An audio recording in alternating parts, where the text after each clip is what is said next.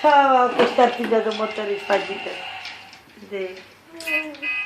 Aha. Svoj šunka, čávo šun.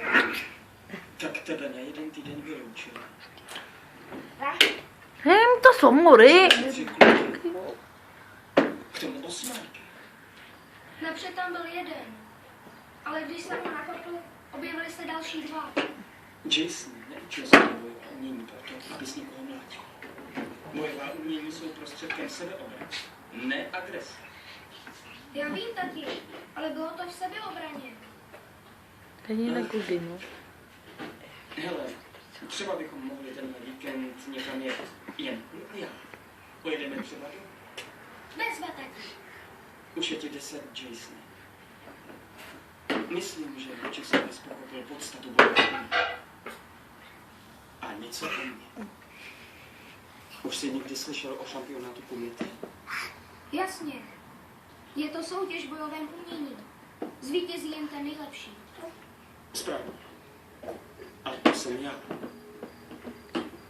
Ty jsi ten nejlepší. Ale páni, tak povídej. To je dlouhá historie.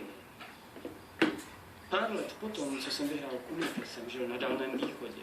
Byl jsem docela dobrý hazardní hráč.